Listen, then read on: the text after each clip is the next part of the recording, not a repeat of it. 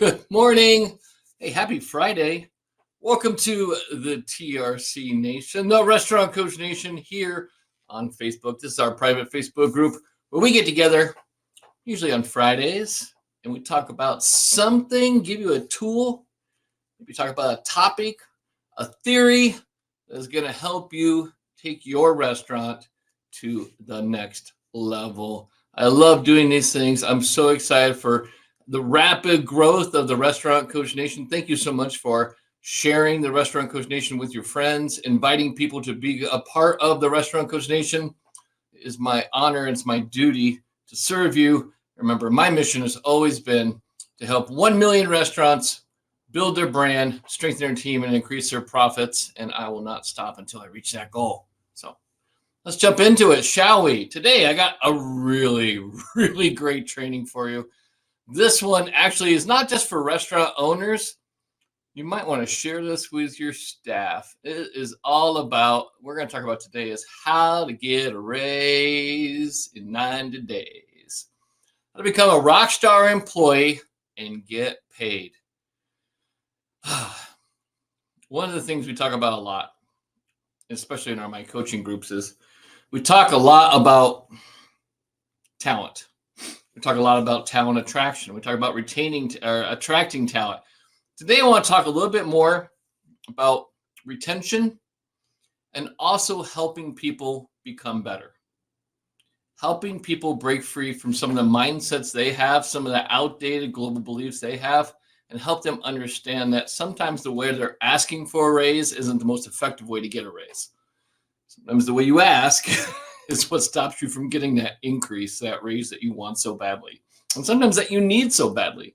We're going to talk about a lot of things today. You want to take some notes. Research has shown if you write stuff down in your own handwriting, right, you are 70% more likely to remember it 90 days from now. And that's a really, really great thing to do. So make sure you're writing stuff down in your own notes. It is a great way to get started.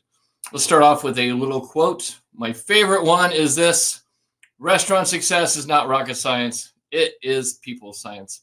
There's so many, and I'm not to be mean here, but there's a lot of inexperienced restaurant coaches out there, restaurant experts out there that are giving you information, and they're thinking that they're trying to sell you some fancy system, some fancy software, and just saying that a new checklist or a template is going to fix your culture. No, you got to fix your people. And people always starts with you. I'm a huge believer that culture flows down. It does not flow up, and that all starts with the restaurant owner and also the leaders. And if you're an employee, it starts with your mindset. If you really want to get a raise, if you want to increase your value to the restaurant, it starts with your belief systems and starts with your mindset about who you are and what you're bringing to the table. Not just showing up every day. Okay, that's expected. Here's the thing I want us to tell you. I teach all my clients to say this, is that they're a performance-based company.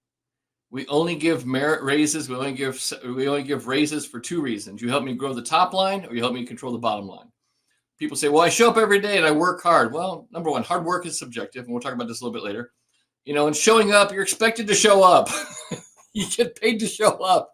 You don't get paid for slacking. You get paid for showing up for your job. All right.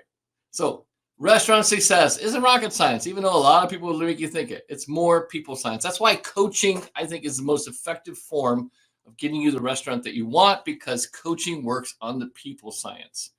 Coaching definitely, I've been through certification programs to be a coach. I've got 13 years experience being a coach. There's a lot of things I learn about people and the behavioral dynamics that really, really can fine-tune a restaurant success or failure just by helping with the people products, the people problems. If we've never met before, it's just your first time in the Restaurant Coach Nation, well, hello. I am Donald Burns. I'm known as a restaurant coach. I'm a recovering restaurant owner. I've been a consultant for huge billion-dollar broadline distributors. I've also been an executive chef with Wolfgang Puck. I'm an author. I have 3 books on the market. Your Restaurant Sucks, Your Restaurant Still Sucks, and Your Restaurant Culture Sucks is just coming out on audio too. So all my books will be available in either, you can get them in the book format, if you want them paperback, you want Kindle, you want a hardcover, Or if you want the audiobook format, they're all available. Remember, learners are earners, and we'll talk about that a little bit more too. I'm also a former member of the U.S. Air Force pararescue teams. I think I learned everything I know about teamwork from being a member of the U.S. Air Force pararescue. One of the things I will mention about teamwork is that we have a big misconception about teamwork. And that misconception is this: we think that a team is people that like each other. Hashtag write this shit down. A team doesn't have to like each other. You have to respect each other and you have to trust each other. There was guys on my pararescue team. Honestly, I thought they were the biggest assholes in the world. I would not hang out with them when we weren't doing some training and stuff like that. But I tell you, when the shit hit the fan, I trusted them to do their job and I respected them. So we have some things we have to work for. Remember, I said it right in the beginning. It's not rocket science, it's people science. One of the things that we always talk about on every one of my calls, my clients will confirm this. Every coaching call, I always talk about the 3P framework. Every problem you have in your restaurant, the whole key, this was introduced to me back in the 90s when I had my first restaurant. And honestly, if I had not been introduced to this framework, I would have closed my doors because it was a life changer, not a game changer, a life changer. I was struggling. I had been in the restaurant business for 15 years. I thought I knew it all, just like a lot of people. Running a restaurant is not that complicated. Well, running a restaurant itself is not that complicated. Building a brand, that is complicated. Building a profitable brand, that takes a little bit of extra effort. I was introduced to a business owner. I was about to shut the doors, and a guy who was a regular of my restaurant, a regular guest, sat me down one night, and he offered to help me. He offered to be my business coach for a year if I would just basically listen to what he said and apply the information. I took it to heart because I really was in a place of desperation. And he introduced me to this thing called the 3P framework, and it's all people, product, process. Now, if you want to get a good start on a solid foundation to building the restaurant and the life that you want, I have put together, it is over 3 hours of free training that you can get. It talks about the 3 basic frameworks all my clients have to understand before we even get started. They all start with this series called the 3 Frames to Thrive series, and it has 3 different components. First is the restaurant success pyramid. Then we dig into the 3P framework, and then we go into what's known as the culture wheel. My third book, Your Restaurant Culture Sucks, is all about culture, and there's a reason for it. The audiobook itself, I'm telling you, it's crazy. 12 hours of audio. It is a huge book, but there are tons of gold nuggets in there that can really help you. If you're feeling stuck, you're feeling like you're suffocated, you feel like you're on a giant hamster wheel, this is where to start right here. Go to 3framestothrive.com and you can sign up for the free training. You can also go to my website, therestaurantcoach.com. I got a link on there. I really want to get this in the hands of as many people as possible because I really think this is the game changer and the life changer about getting your mind focused on the right things. It's so easy to stay busy in our business, but what are we doing to focus on the right things that are actually going to move our business and our life forward? This is the way to start. The 3 Frames to Thrive series, totally free. Please enjoy it. Share it. I love it when people share stuff. I mean, I'm one of those kind of coaches that I believe that there's tons of information out there. There's tons of restaurants that need help. The more help spread the message and the mission, the better we are. Okay, so let's jump into this. 90 days, how to get a raise in 90 days. Become a rock star employee and get paid. Who wants to get more money? More money, more money, more money. There's a famous kind of I guess he's a motivational speaker. He's also a real estate guy. Grant Cardone. I went to one of his boot camps a couple weekends ago. He had a 3-day boot camp here in Scottsdale. It was really fascinating. High intensity, lots of high achievers. Really gets you pumped up. That's another huge thing I would say is get yourself in groups like mentor groups or mastermind groups or coaching groups where you're around like-minded people, because it will elevate your vibrations, elevate your mindset, and that is the start of getting more out of yourself and more from your restaurant. You got to raise your energy level. You got to raise your thinking. The thinking that has you stuck is going to stay there. Okay. Einstein said this: a problem cannot be solved on the level it was created. That's so true. And when you understand that concept, that a problem cannot be solved with the same thinking and habits that created it. You need new mindset, new habits to be able to get to that next level. For every new level, it requires a new version of you. So how to get a raise in 90 days, become the rock star employee and get paid. We're going to talk about a few things. I'm going to give you an outline real quick of what we're going to talk about. We're going to talk about understanding the statistics, because I think it's important that you have some understanding about the restaurant business in general. There's a lot of misconceptions. Like I said earlier, we have a misconception about teamwork. And about teamwork, everybody has to be friends and buddies and hang out and sing, and party together. No, that's not teamwork. Okay. Those are like frat party. That's like a frat party. Okay. So we're going to understand some restaurant statistics. I'm going to show you how to look at some numbers. And I want you, when you take this information back to your employer, I want you to ask questions. I want you to seem interested. I want you to want to learn the business, because when you understand how people make their money and how they don't make money and how they lose money, you can become number 3, become more value to your employer. That's what this whole session is about. Becoming more valuable, not only to your employer, but also to yourself. Just having better self-esteem and self-confidence that you bring more to the table. And that involves more than just coming to work and doing your job. You're never going to elevate to the next level just by doing what you do in a normal 40-hour work week. You have to put in a little bit extra work. Right? Now, that's scary to you.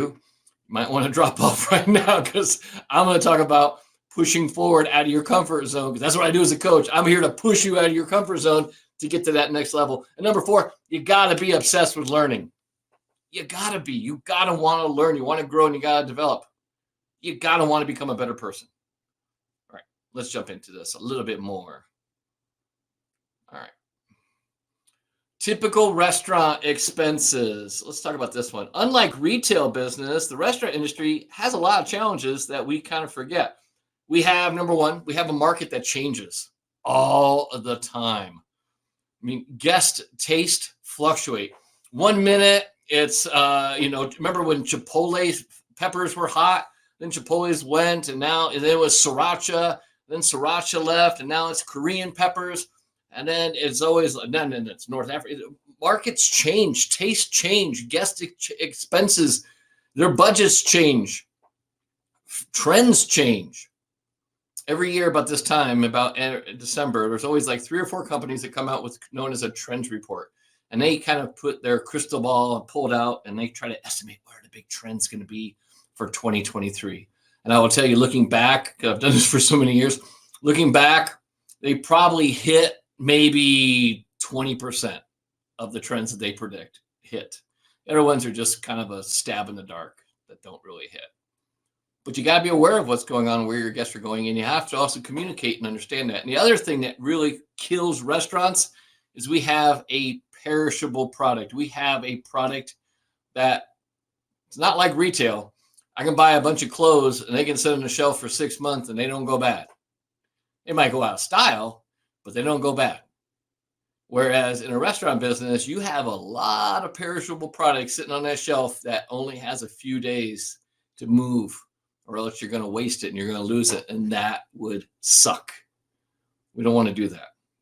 Okay. Sad statistic. The average restaurant in the United States makes just 5% profit. I know you think restaurant owners are rich. They're not rich. I try to make them rich. That's my goal, is to get them to that level where they're making like 20, 22, 25% profit, and they're having a life they want, and they're having 4 or 5 locations. I want to get them to that level. That's my goal. It always is my goal, to help them have a lifestyle that doesn't run in. But the average restaurant in the United States, which sadly is around 80% of the restaurants in the United States, only make around 5% profit. That is a very, very thin margin. When you have very, very thin margins, there's not a lot of room for error. This is important for you to understand as an employee, is that there's not a lot of room for error. When you drop a plate in the kitchen, and you might just think, well, it's just a burger. I just dropped a burger, no big deal. That actually has a lot of ramifications down the road, because it also impacts inventory, impacts their discounts and comps. It also impacts their small wares, because now you broke a plate. And plates, I don't know if you haven't shopped plates lately, they're not cheap because of supply chain issues. Plates have gone up quite a bit. if you can even get the same plates that you originally bought at your restaurant. So the average restaurant has a very, very razor thin margin. Of course, my goal is to increase that for them, but you have to understand that most restaurants that you work for are struggling. Okay. They're what I call is they're surviving. They're what I call is the the P&L roller coaster. They have a good month, bad month, good month, bad month. Good month, they think, oh my God, we're going to franchise. Bad month, I'm going to sell it all. It's up and down. It's horrible. And you probably noticed your employer probably has a range of emotions that they go through. When it's a good week and sales are good, they're probably really, really positive, having a great time. When sales are down, you will see a dip in your employer's mood and their mindset. That's why it's also important that if you're an employee listening to this, that you push your employer to get a coach to help manage that mindset and help them keep that energy level up even when times are down, because energy is everything. Here's some other real sad statistics I hate to share with you, but you have to be aware of this stuff.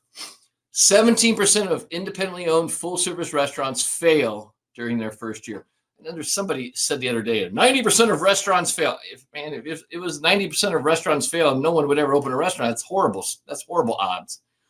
The truth is only 17% failed the first year. Okay. So now 61% of independent restaurants fail within the first 3 years. Now that is another sad thing. Sometimes getting started is okay. And if they got enough cash flow, they can maintain it for a while, but eventually the cash runs out. And 80% of restaurants close within 5 years of opening. I'll give you one more super sad statistic. Only 5% make it to 10. The odds start really dropping down as you go out in years. Why? There are some reasons why. Number one, people don't adjust to the market. Talk about having that restaurant kind of mindset where the market adjusts, we have to make adjustments too. There's tons of famous chains that went out of business because they didn't make adjustments and adapt to the ever-changing market fast enough. The number one strength all independent restaurant owners have is your ability to adapt quickly. If you're bold enough and brave enough to make those changes and implement them fast. Most restaurant owners wait. When you wait too long, and you wait until it becomes a trend, especially I always say, like when I've seen the trend or the fad in a fast food restaurant, it's already dead. You're already too late to the party. It's better to adapt early and adjust and dump it than adapt too late and lose out market share. Okay. All right. Now, just like any business, they have to build, they must build the top line. And they must also control the bottom line, right? So when restaurants are looking at stuff, okay, a little typo in there. Let me fix that. Like any business, they must build the top line of their P&L. And the P&L is a profit and loss statement. They get, usually the average restaurant, sadly, gets this like once a month, which I think that's the stupidest thing in the world. If you only get your P&L once a month, now you're just playing catch up. And this is where, restaurants go wrong too, is by not getting a P&L on a weekly basis, not understanding their numbers on a weekly basis. They have to make rapid adjustments to make up the losses that they have. And this is where you'll see people like, if your restaurant is like this, if you notice that, you guys are doing great at the end of the month, everything seems like it's okay. Then after the first week of the new month, seems like the owner comes around and wants you to cut, save, watch hours, send people home early, watch inventory. They're not managing their P&L properly, right? And you want to send them my way. Okay. You got to understand that they must build their top line and control the bottom line. This is exactly how you get a raise. Okay. Profitable restaurants, and I'm saying all profitable restaurants, follow certain budget benchmarks. A benchmark is kind of like, I want to say a rule of thumb, and they use these as targets. They should have a budget and a target. So many restaurants, the highest operating costs on here, when I'm looking at restaurant P&Ls, so the top line is everything above that prime cost line. And that's basically your sales, cost of goods, labor. And especially when I'm looking at controllable, I'm looking at cost of goods and labor. Most restaurants run high labor, higher than they're supposed to. And cost of goods are usually too high because they don't know their theoretical food cost. That's another area you could help them with. If you're an employee, you could double down and say, let me help you understand this. Help me help you cost out recipes. Let me help you get the recipes together. Let's make sure they're solid and consistent, and they're verifiable, that this is the way we make the batch recipe, and you have everything down that you could do. Okay, this is important.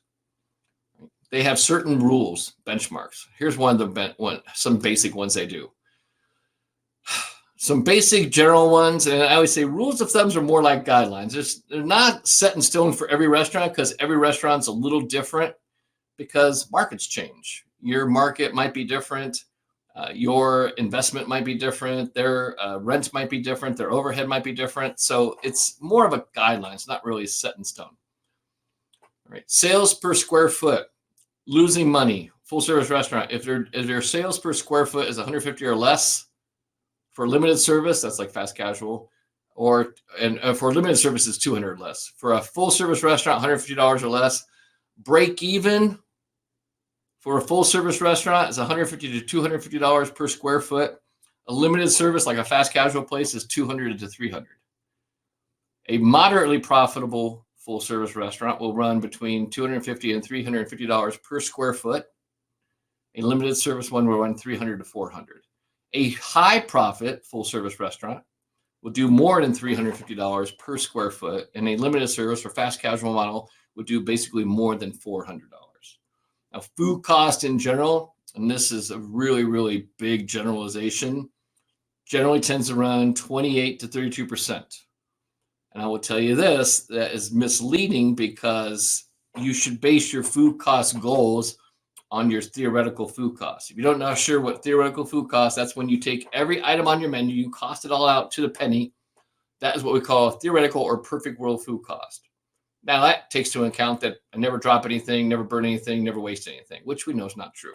So theoretical is pretty much what it says. It's theoretical. It's potential is the way I like to look at it. Now, I take that potential. Now I can look at my actual food cost, which your actual food cost is basically take all your invoices, add them up, divide them by your sales. That's your actual food cost. That's what you're really spending. Because someone will call me, like if they looked at just general food cost, this rule of thumb, and it says here 28 to 32. I get a call like this every month. Someone will call me and say, hey, Donald, my food cost is 30%. Is that good? I'll say, I don't know. They say, what do you mean? I don't know. It's like it's in the parameters of the guidelines, 28 to 32. I'm at 30. That must be pretty good, right? And I'll say, well, what's your theoretical? And they go, I don't know. So that's the problem.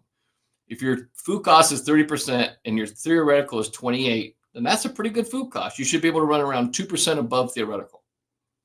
Now, if someone has a theoretical of 20, you got some work to do on that 30% food cost. You're leaving a lot of money on the table. The average restaurant in the United States leaves 9 points on the table.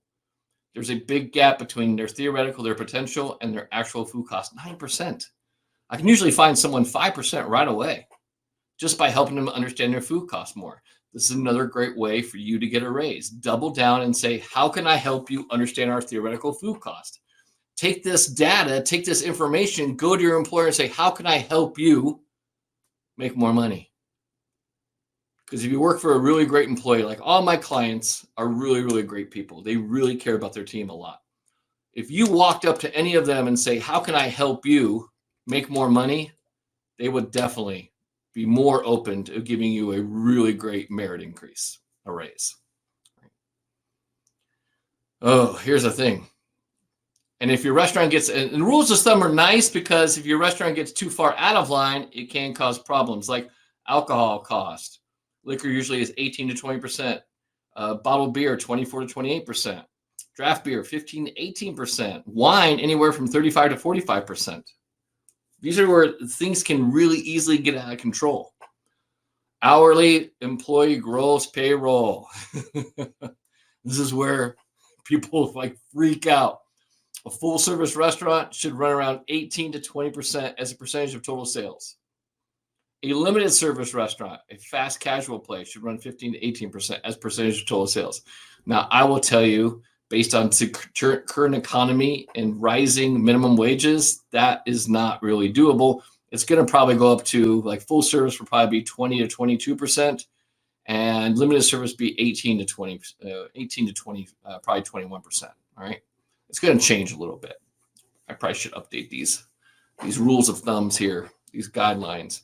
Now, employee benefits, this is something you don't think about as an employee, but employee benefits is that your owner has to match taxes. They have to pay workman's comp. There's a lot of things they have to pay that you don't understand as a benefit to you that they have to fit the bill for. And when you understand that, you can easily see why sometimes they're a little stressed out, especially when it comes to payroll. They're kind of like, I don't understand why this is like this. Right? You got to understand their pain points. And then what you want to do, if you want to get a raise, you want to understand their pain points and ask, how can I help you ease this pain? Okay. Prime cost, full service restaurants, 65 or less is great. For a limited service restaurant, 60% or less is great for prime cost. And prime cost, if you're not sure what prime cost is, that is food costs and labor costs combined. It's kind of like the holy grail of how we gauge if your restaurant's doing great or bad. And they should measure prime cost on a weekly basis, by the way. Okay. So that being said, let's jump into the meat of this thing. How do you get a raise? Help the owner build the top line and control the bottom line. This is a fantastic quote from Albert Einstein. I highly recommend you write this one down. Try not to become a person of success, but rather try to become a person of value. Try not to become a person of success, but rather try to become a person of value. You get paid, you get compensated based on the value you bring to an organization. That is the honest truth. I had a lot of struggle in my early career as like a prep cook, line cook, as a sous chef. I did not value myself a lot. I had a lot of self-worth issues from my father, kind of being mentally abusive. So I did not think I deserved more. I thought that was just my lot in life. But as I worked on myself, started doing some coaching, started working on my mindset, I found that it wasn't about entitlement, just saying, well, I'm so good, I deserve a raise. No, it became like, how can I help this person? How can I help this restaurant owner make more money? How can I help control their bottom line? How can I help them be more successful? When I make them more successful, I found that they take me with them and they actually embrace that and they paid me more. That's a huge thing to do. And it's a huge mindset shift. Because right now you're thinking about what's in it for me when you go to your employer, but you want to say, how can I help this person? How can I help my restaurant owner? How can I help these people become better people? How can I help the team around me elevate their skills to a higher level? How can I show them some hey, let me show you a better way to do that. Let me show you a faster way to, to cut those. Let me show you something a little more effective, a little more efficient. When you try to be a person of value and help the people around you, I will tell you with 100% certainty that when you seek to be a person of value and help raise other people around you, they will take you with them and you will be elevated to the top of the game. It comes from taking that mindset and that focus off yourself and putting it onto contribution about other people. So here's my thing I want to do. And this is where we're going to say, this is where the rubber meets the road. This is where we get down to some brutal honesty. Let me ask you a question. Do you work hard? I would say 99% of people that work in a restaurant, if I ask them, do you work hard? Of course I work hard. I work really hard. I bust my ass. That's why I hear all the time. I bust my ass every day. I bust my ass and this owner doesn't appreciate it. Right? Well, here's the problem with hard work. You see, hard work is very subjective. Hard work is subjective, and subjective means it only has reference to the person experiencing it. Now, you might think you're working hard, and I'm not saying you don't work hard, but I would suggest that instead of working harder, we work smarter. So let me ask you another question. And this is another one. You got to be brutally honest. When you come to work, are you making a 100% effort to become of more value to your employer? Now, if you're honest, you're probably going to say, well, there's probably some things I could do better. There's probably some times that, I cut some corners. There's probably some times I, slacked off a little bit. So remember, what you put out, you get. That's exactly what everything in life is. You are basically like a boomerang as far as energy and effort. And the energy and effort that you put out into the universe comes back to you. I always say there's boomerangs and there's sticks. A stick is someone who doesn't have any energy. All they do is complain, whine, and they have this kind of, external locus of control. And there's a thing in psychology called locus of control. And locus of control is this. External locus of control is you think that I'm just a clog in the wheel. It's just my lot in life. I'm not lucky. I'm just, outside forces have impact on me. Where a person with an internal locus of control, focus of control, or locus of control, has this belief that I'm in charge of my own destiny. I bring I get what I want from life because I value myself and I also value other people, and I try to help them raise their standards. So when you're honest with yourself, we could all do a little bit better. We could all be a little bit faster. We could all be a little bit sharper. We could all be a little bit cleaner when we're at work. We could all be a little nicer. We could all be a little more respectful. This is what I mean by being 100%. I want you to make this effort inside yourself that you're going to be 100% dedicated to being your best when you're at work. When you show up in that back door, I always refer to restaurants like a lot of times we call the restaurant out front, we call it the floor. I call it the stage. Because anytime you're on stage, just like an actor, you're playing a part. And when you walk in that back door of that restaurant, think of that restaurant from now on as a huge stage. And it is production. And your job is to play a role. Your role now is to help elevate and bring value to everyone around you. Not make it self-centered and focused about you, what's in it for me, but start thinking about what can I do to help the people around me elevate their game? What can I do to help the owner take some of that stress and anxiety off their plate? I mean, you've probably seen the owner of your restaurant walk through and they just look like they're about to have a heart attack. They're so stressed out. When you see that, you should start a dialogue with them. Hey, you seem a little stressed. What can I do to help you? Hey, what can I do to help ease some of this stress from you? What can I do to help you get the restaurant where you need to be? Ask better questions. You get better answers, and you also get better results. So there's two ways. We mentioned this earlier. There's only two ways to get a merit increase or a raise. You can build the top line, which is sales, and you can control the bottom line, which is waste.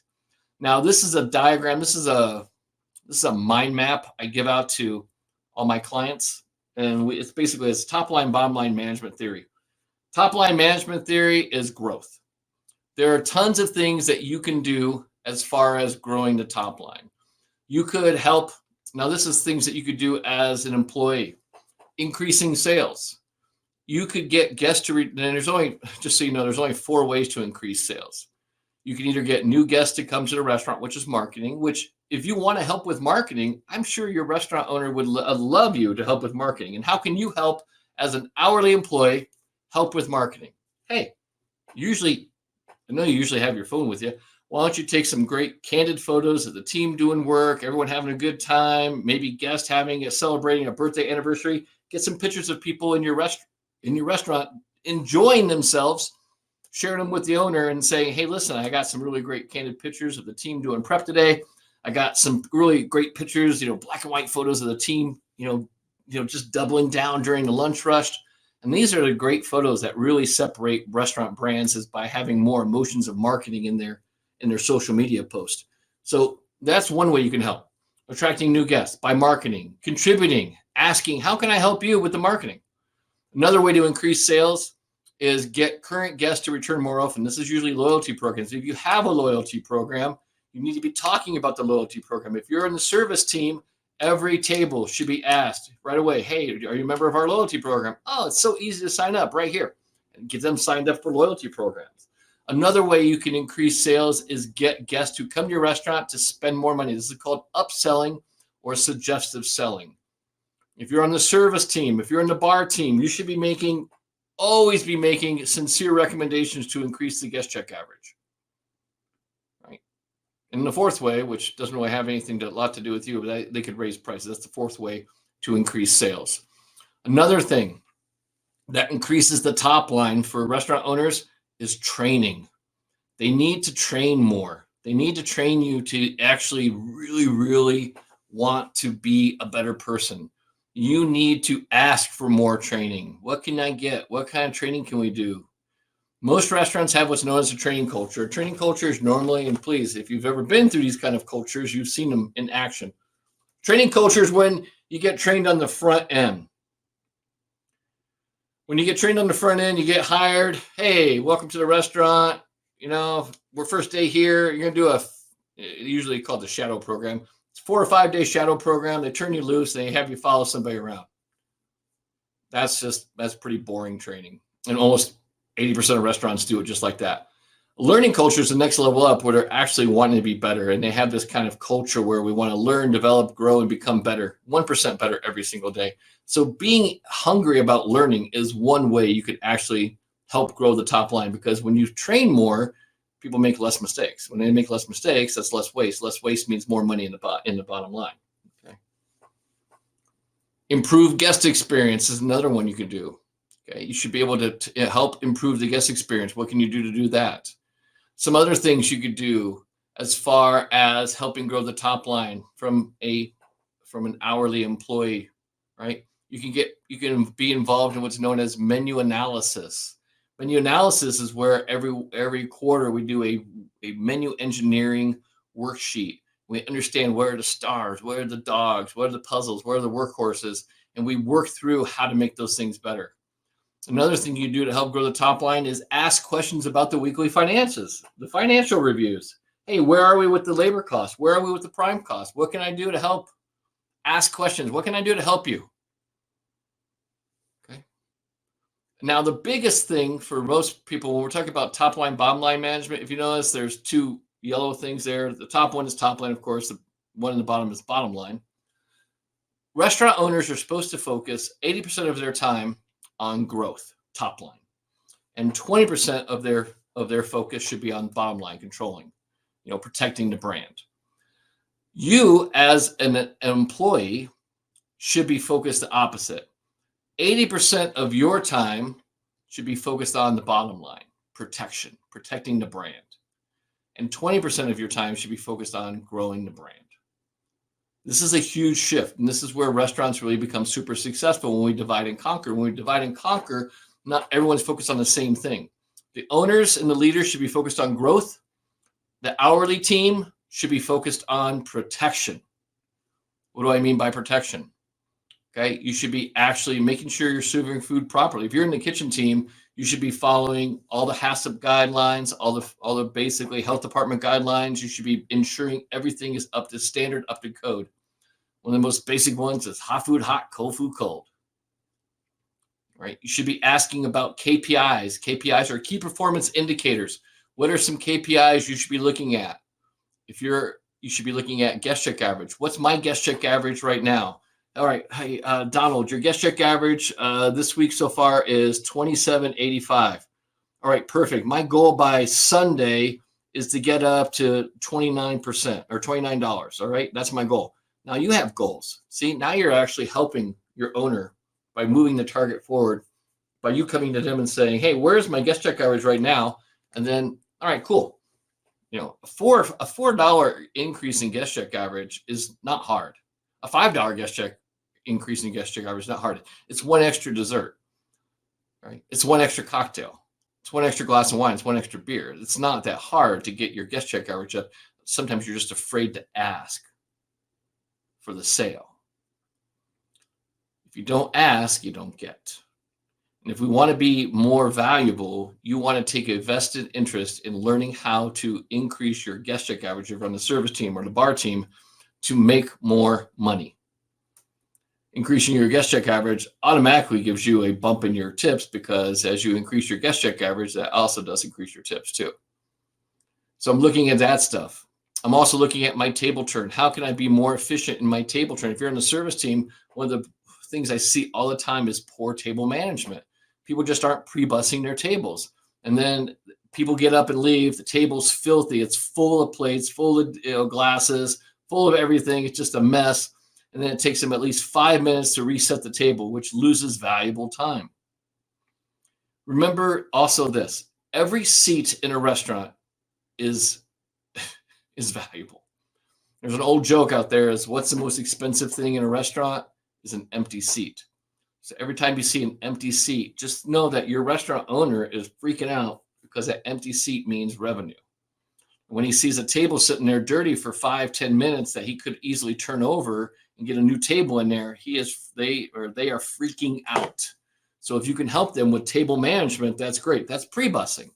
Pre-bussing is the fastest way and stay on top of table management. When people are done with their plates, ask them, remove this, get you a to-go box, get the plates out of the way. By the time someone gets ready for dessert, there should be only their their glasses, their drink glasses, and that's about it. You should take everything off the table by then. You got to stay on top of table management. If you're not sure how to be better at table management, ask someone on your team. Ask one of the managers, hey, I'd really like to learn how to pre-bus better and how to be more effective. Can you give me some tips on how to do this better? Do not be afraid to ask. Asking people for help or asking people to become better is not a sign of weakness. Please write that down. Asking people on your leadership team to teach you and train you is not a sign of weakness. It's not saying you're stupid. It's not saying you don't get it. You just want to learn a better way. I want to be more effective. I want to be more efficient. There's working hard and there's working smart. I will tell you right now, 99% of people work hard. At the end of the shift, you just feel beat up and tired and exhausted. People that work smart, and they're ready to go another round. They can work a 7, 8, 9, 10-hour shift, and they're still ready to go because they work smart. That's being efficient. I can always tell someone in the kitchen, especially when they're being efficient, is they move with purpose. They're not taking extra steps. Same thing on the service team. When I see someone who's really effective, they're not running back and forth, like forgetting something. Oh my God. And they look like they're panicking. And then all of a sudden they run back to the wait station to grab something. They run onto the dining room. You can just see they're flustered and they're frustrated and they're not organized. Organization starts with your mind first, and then it carries out. Okay.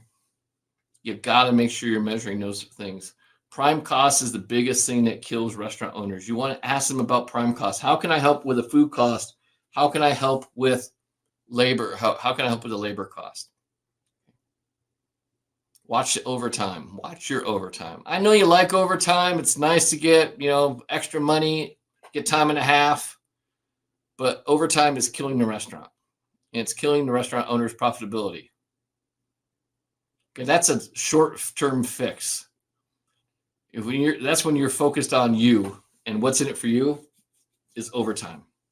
When you're always wanting overtime, you're not thinking about the long-term impact on the success of the restaurant. You're just thinking about what's in it for me and what's in it for my next paycheck. You got to change that mindset. If you want to be more valuable, got to be that kind of person that steps up and say, hey, what can I do to help you?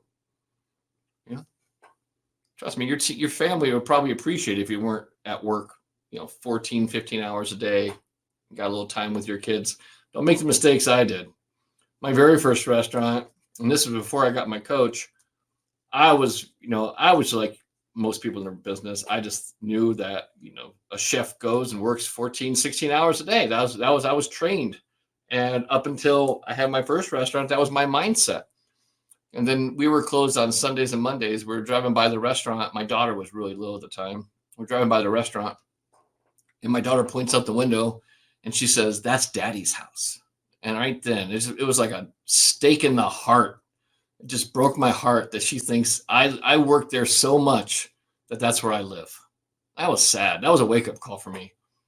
And then, honestly, talk about the universe conspiring to help you out. A week later, that business owner sat down and said, "Hey, man, I'm worried about you. Let me help you." If it wasn't for those two things, I probably would have just spiraled that thing into the ground. But luckily, things turned around, and someone reached out and helped me. And I want to help you too. So whatever I can do to help you get there, please let me know. The thing you got to understand, this top line, bottom line management theory, most owners don't understand it in its complexity. They understand a P&L and there's top line, bottom line, but here's the thing: what happens when the market contracts, when sales drop down, when the owners panic, they focus on the bottom line. And sadly, that's bad for you because it's cut, cut, cut, save, save, save. They're going to cut back on supplies. You're going to have lower inventory. You're going to have to work with less stuff. You're going to have less people on the line with you, less people on the floor. Right? It's going to suck. So here's the question you have to ask yourself: how can you become more valuable? Where are the opportunities to increase your value to the restaurant? The number one way you can become more valuable is this: become a learner. I will share this with you too, that an education is more valuable than a degree. There are a ton of people that are self-educated that are multimillionaires. It's not about getting a degree. It's about having a mindset that I want to keep improving, keep growing. The Japanese have a term for this. They call it Kaizen. Kaizen is constant, never-ending improvement. When you adapt this philosophy of Kaizen into your life, you always know there's another level, and that you always know I can always get better. All my clients, we adopt this philosophy of 1% improvement. We just want to be 1% better today than we were yesterday. If I can just be 1% cleaner, 1% nicer, 1% sharper, I'm winning the game. You got to remember that. And education is more valuable than a degree. And you don't have to go to school, a formal school, to learn. There's tons of stuff out there. We're going to talk about that. Hashtag, write this down. Learners are earners. A study by economists from the University of Padova in Italy concluded that individuals who read for self-education earn 20%, 21%, wow, 21% more than those who don't. Learners are earners. People who invest in reading, developing their skills, changing their mindset, developing new habits, they earn 21% more than the average person. So what are some ways you can learn? What are some ways you could actually reach out and say, hey, you know what? I want to take this to the next level. Here are some sites for online education: Skillshare, LinkedIn Learning, Skill Success, Coursera, TED ED, Khan Academy, Udemy. There's MIT Open Courses, Milk Street Cooking School, Stanford Online, Open Culture, edX, Tipsy, and YouTube. My favorite are the ones in orange. LinkedIn Learning has tons of stuff on there that can actually help you up your game and become a better person, actually become a better leader. And if you're in an hourly position and you're looking at setting your sights on like a management role or a leadership role, or if you're in a leadership role and you want to move to like a higher level role, like maybe a managing partner role, you have to up your skill sets. You have to up your mindset and your game. So what should you be learning when you're looking at these things? Right? Here's what you should be looking at. You should be looking at business classes, leadership classes, communication classes, body language, finance classes, okay, especially personal finance. Budgets, you should look at marketing, okay, video production, software apps like Adobe, Microsoft apps like Excel. I'll tell you right now, if you go up to your owner, especially the stuff on the last ones on the right-hand side, budgets, marketing, video production, Adobe, and Excel, you'd be shocked how many restaurant owners hate Excel. If you knew how to do Excel really, really well, and that's a skill you have, you could help them so much. If you know how to do Adobe like Photoshop, Adobe Rush, video productions, and video editing, you could help them out so much. Video production, just learning how to shoot video on your iPhone. There's free classes you can take on YouTube on how to become a videographer using an iPhone only. Marketing, there's tons of ways you could help your restaurant grow by learning more about marketing and asking, how can I help? And the way I look at it is look at the things that maybe appeal to you. If you're kind of into video, you think video is kind of cool, hey, jump into that. Hey, I want to learn this. I want to help you. This is what you want to do. You got to learn business skills, especially if I was looking at business skills. If I was a manager and I wanted to evolve, if I was an assistant manager or just a shift leader, and I wanted to get to a general manager role or a regional manager role, all the ones on the left side I would focus on. I need to learn more about business. I need to learn more about leadership, more about communication, body language, and finances. And on LinkedIn Learning, there are tons of classes for all this stuff. On YouTube, you can find tons of stuff about video production, software apps, Microsoft apps, stuff. There's tons of stuff you can self-learn. Another thing you want to do is you want to create a personal development plan. You want to show your employer that you want to learn and grow. This is a super simple 2-page personal development plan. You write down some goals you want to achieve. I will tell you now, if you had a personal development plan filled out every quarter and you went to your owner and say, these are the top things I want to work on to improve myself and help your restaurant, you would get a raise every quarter. I promise you. If you took initiative and just went up and say, hey, here's my personal development plan for this quarter, for January, for the next 3 months. These are the things I want to achieve. These are the goals I want to do. This is how long it's going to take me. I'm going to be committed to doing this. I'm going to spend this much time. The strengths I have to do this thing. I'm going to start doing this. I'm going to stop doing this. These are the skills, knowledge I need you to help me with. I'm telling you, if you did this, you would get a bonus every single quarter. Because you know why? Because now you're helping become a better person, and now you're increasing the value of the business. Ask them that question. How can I help you control the bottom line? Remember, 80% of your focus should be on the bottom line. How can I help you control the bottom line more? How can I help you control the top line? One of the huge things about the bottom line, I'll tell you right now, if you're in the kitchen team, you want to know how you can help save the bottom line right away? Watch your use of linen, those bar towels. I don't know why. If I put out a stack of bar towels in the kitchen, they get devoured like a school of piranha on a cow, faster than you can think of. That thing, they're stripped. I mean, they're gone in like 30 seconds. And then I go check the linen bag, and probably half of them barely have anything on them as far as dirty. Just got a couple little spots on them. But, people just like, oh, got a little stain on there. Like, get a new towel. There's plenty of them. How can you help? How can you help control the bottom line? Help control the linen cost. Watch that waste. When you're trimming vegetables in the kitchen, watch how much is going into a waste bucket. Be cognitive and be conscientious about how your work is impacting the bottom line. Remember, 80% of your time should be focused on the bottom line. 20% should be focused on the top line. Here's a little secret, okay? There are a lot of things you could offer to help with that would take pressure off the owner that make you more valuable. Right? A lot of things, but here's the thing. You got to ask, hey, what's going on? Hey, how can I help you? Now, a lot of people are on this call are going to say, well, that's just giving me more work and I'm not getting paid for it.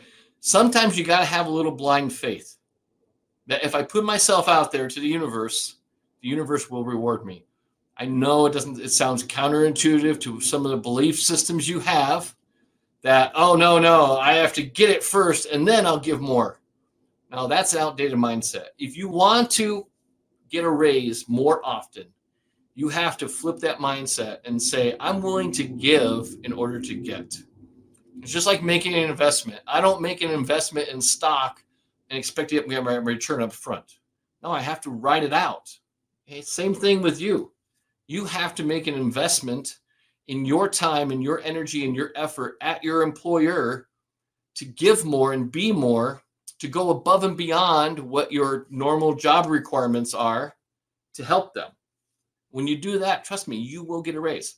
Unless your owners are total jerks, and then you should look for a new place. Because I'm telling you, there's a lot of great owners out there that truly appreciate their team and want to help them grow and develop, but they're also not stupid. And they're not just going to give raises for just time and tenure. Just because you've been there 6 months and you're still doing the same effort and energy and you're still doing the same level of productivity doesn't mean you're going to get a raise. That's outdated mindset. New mindset is, how can I become more valuable to my owner? How can I help them grow the top line, protect the bottom line? More emphasis on the bottom line. How can I help their business improve? And then they're going to take me with them. That is the new mindset that we have to embrace. So how do you ask for a raise? Well, there's a couple of things you got to do. Number one, you want to ask for a meeting. Number two, never demand a raise. Please. I have a restaurant owner every week gets on one of my, either my mastermind calls or my accelerator program calls, or I have a private coaching program called Team One. Once a week, easily, someone will say, yeah, so-and-so walked up and demanded a raise. And I always tell them, don't, just like negotiating with terrorists, we don't give in to the demands of terrorists. Do not demand a raise, because now you just took the power of control away, and you showed the owner that you're only interested in yourself. You're not interested in the growth and well-being and welfare of his business, their business, and their brand. Right? You're a mercenary. And mercenaries jump around from job to job, and they go where the highest dollar is. But they're never happy because they're not having any kind of actual fulfillment. They're actually not helping contribute to becoming better people. Never threaten to quit. If you ask for a bonus increase or a merit increase, don't threaten to quit if you don't get it. That's a terrorist demand. I do not support giving in to terrorists. So have a TLBL, that's top line, bottom line plan. How can I look at the top line, bottom line? How can I help them grow the top? And most importantly, 80%, how can I help them, protect the bottom line? A restaurant to me is like a bucket, and that bucket gets filled up with cash. And the more holes they have in a bucket, the more they bleed out. I've seen restaurants, honest to God, this is a sad but true story. I've had restaurants start coaching with me that do $3 million or more in sales, and they make no money. And my question is, how can you make $3 million in sales and not have any money? They have a lot of holes in the bucket because everyone on the team is out for themselves, and they're not thinking about protecting the brand. They're just thinking about how much can I get from this gravy train before it dries up. That's outdated thinking, people. You got to think more proactive, and you got to think more what's in it for you. And then I know you'll take care of me. And again, I know that goes counterintuitive to what you've been thinking your whole life, that I need to take care of me. I need to watch, take care of number one. That's me. Get what I can. It's a losing mindset. If you ever want to be ultra successful, you got to have this thing is I'm going to give to others. And I just know that if I'm good and I give to other people, it will come back. Karma is a bitch. What you put out comes back tenfold, easily. Right? Create a personal development plan. If you want that personal development plan I showed in the link, or showed in the slide deck, just email me, donald@therestaurantcoach.com. I would be more than happy to send you a copy of that personal development plans that you can fill out. Again, ask them, what can you do to become more valuable? Do not think you're Murphy mind reader. I don't know about you, but my mind reading skills really suck. Okay, they really suck. Ask them, what can I do to be more valuable? Ask them just like that. Hey, what can I do to be more valuable to you and the brand? Improve your personal habits. This is a huge one, and you're not going to like to hear this, but your personal habits do impact your income ability. Right? If you're sloppy at work, you're sloppy at home, sloppy people are not going to make a lot of money because you don't have attention to detail. That's a personal habit. Attention to detail is a habit. It can be improved. Okay? If you're always late for work, that's a habit. You got to get to work on time.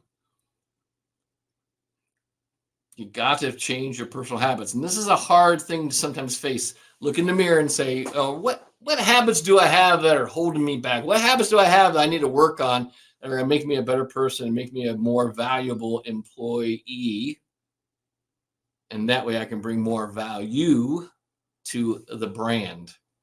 But you got to face that demon and say, what habits do I have? And there's a lot of bad habits we have in the restaurant business. This business is notorious for a lot of bad habits.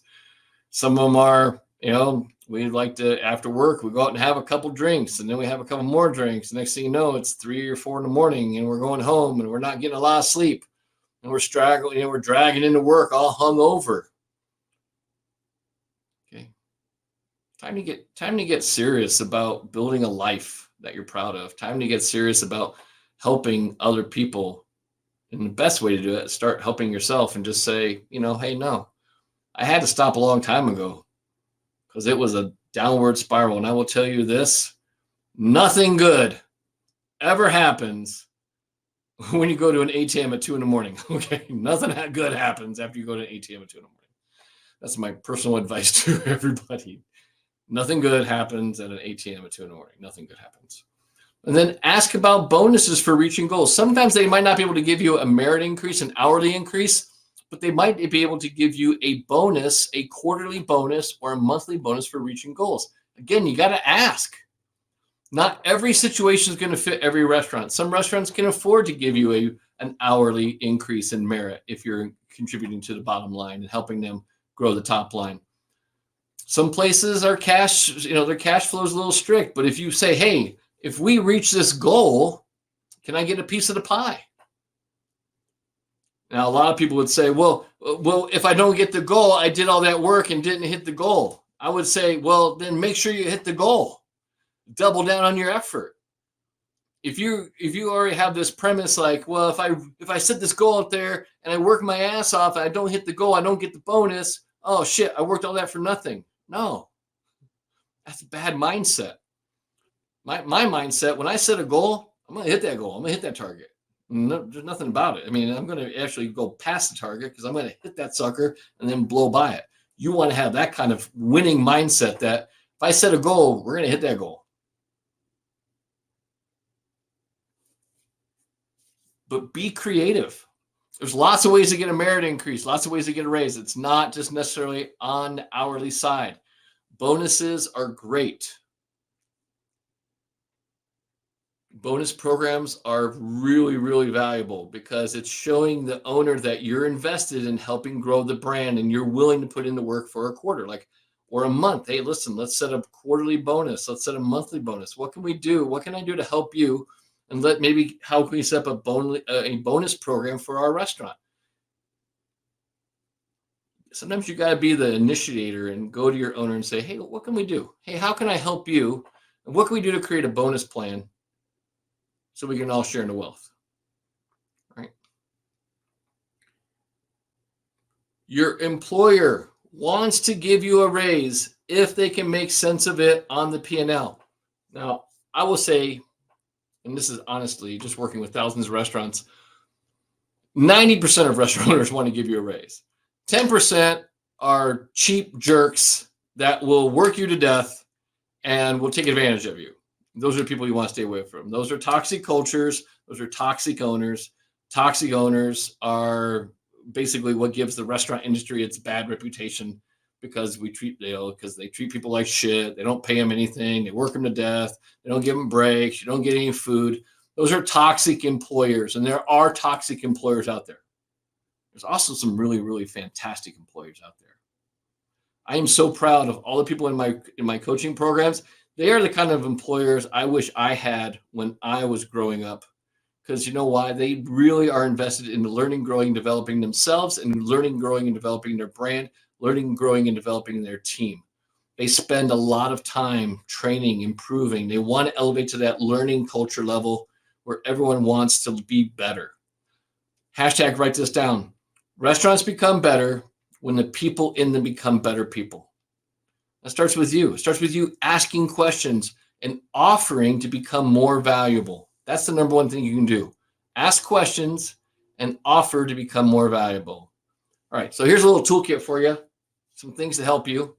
Number one, and you're not going to like this one, learn to manage your money better, your personal money. Please take a finance class, okay? 76% of people live paycheck to paycheck. 64% have no money in savings. 67% of Americans can't pass a basic finance test. These are sad statistics that we got to do so much better. Restaurants become better when the people in them become better people.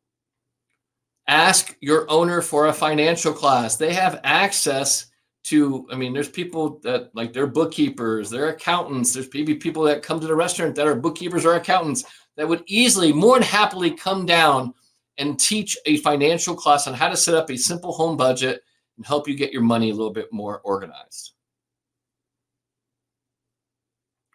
You got to start taking your finances under your control. Don't put it on the whims of other people and saying, living paycheck to paycheck is a choice. And you might not say, no, it's not true, Donald. It is true. Living paycheck to paycheck is a choice. I will share with you, when I was a prep cook, this is back in the early 80s. When I was a prep cook, minimum wage was $5.18. $5.18. And I learned how to manage my money on that amount. You can learn how to manage your money if you really just want to, just double down and say, hey, you know what? I'm going to take control of this. I'm not going to let it control me anymore. It's like time management. Time management, everyone always says, I don't have time. That's bullshit. You have time. You just don't find it a priority. Time management is not about controlling time. It's about controlling what's important and putting your attention, which gives you the most value. Same thing with money management. It's not that you don't know how to do it or you can't do it. You can do it. You just got to focus on doing it.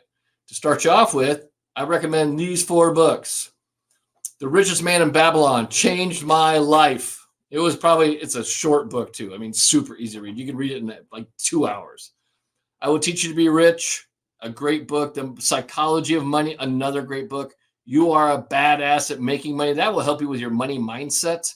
Psychology of Money and You Are a Badass at Making Money will really help you with your money mindset. And the beautiful thing is that they're also all available as audiobooks. For those people who hate to read, I got a solution for you. They're on audio too. No excuses here. So what's next for you? Of course, you can always check out any of my books. Your Restaurant Culture Sucks is now available. Your Restaurant Sucks, Your Restaurant Culture Sucks, Your Restaurant Still Sucks. They're all available on audio. Your Restaurant Culture Sucks will be available in the next few days on Audible and iTunes. Invite like-minded people to join the Restaurant Coach Nation. This movement grows when we get more people involved. And I really need your help to help perpetuate the movement. So if there's people you know in the restaurant industry that could benefit from being a member of the Restaurant Coach Nation, make sure to send them an invite. Also, just remind them that they have to answer the 3 questions just so I know that they are in the restaurant industry so they can get in the thing. Follow me on Instagram. My Instagram handle is @DonaldBurns, pretty easy to find. Subscribe to my YouTube channel, The Restaurant Coach. Listen to the Restaurant Coach podcast. I just dropped a brand new episode, a couple episodes in the last few days. Great way to listen. Great way to get some education while you're driving back and forth from work. And if you really want to speak to me about coaching, book a one-on-one strategy session with me. And I also want to real quick mention that starting in November 28th, 29th, and 30th, I am doing my annual 3 Days to Thrive online challenge. We're going to dig down probably like 2.5 hours a day. Day 1's all about culture and hiring. If you're having problems hiring, that's a great one to go through. I'm going to give you my kind of step-by-step ultimate hiring guide. Day 2, we're going to dig into your menu, some menu design stuff, and marketing, because marketing is another huge way to drive traffic to your business. All right. And then day 3, I'm going to talk about strategic growth and profitability. And I might even throw in a 4th day and just do a special Q&A session for anybody who has questions from the first 3 days. And that probably will happen. All you got to do is just go to 3days-to-thrive-challenge.com. Sign up for the 3 Days to Thrive online challenge. It is going to be at least 8 hours of highly, highly valuable stuff. You will get access to the replays if you can't make it live. They go in the mornings. We start at like 7 a.m. Pacific time. During that time, it's going to be a great thing. So it goes from 8 to 10 Mountain Time, 7 to 9 Pacific time on that Monday, Tuesday, Wednesday. It's a little early, but I know I had to make accommodations for people on the East Coast too. So if you've never been to the 3 Days to Thrive, it's an awesome one. Again, you will get the recordings. I also have some bonuses in there too. You get some access to some other programs I have, right? Like the Level Up system. Everyone talks about time management and they can't get their time management together. The Level Up program is my peak productivity program that I teach all my clients on how to manage their time better. I also give you access to the Outstanding Mindset, which is another great little booklet. It's a booklet and also the audio program. So you get access to that audio program. And then I also am including a rare PDF that is 365 little bites of information that you can use every day. It's called the Restaurant Coach Playbook. All my clients love to do it. They find a quote every day and they share it with their team, and it kind of pushes them to stay on track and on target to not ever accept mediocrity. And that's how they do those things. All right. If you ever need to get a hold of me, always go to my website, therestaurantcoach.com. Book a call with me if you want to talk to me more often. If you want to send me an email, Donald@therestaurantcoach.com is always available. And then Friday, remember, Restaurant Coach Nation, we do training here every Friday. Well, depending on holidays or if I'm traveling, but most Fridays we try to do training here. You will see a notification in the Restaurant Coach Nation when we're going to go live. And I appreciate you being here today. If you have any questions, comments, please reach out to me, Donald@therestaurantcoach.com. I appreciate you being here. I hope everyone has a fantastic day. And then we won't have a call next week because it is Thanksgiving weekend. So everyone have a very, very thankful and grateful for you. Have a great Thanksgiving. And make sure to push those Black Friday sales. You should be pushing gift cards right now. If you're not, you're missing out on a huge, huge market. Black Friday gift card sales, Cyber Monday gift card sales are some of the biggest money-making opportunities in the restaurant business. Do not forget to push the gift cards. Everyone have a fantastic day.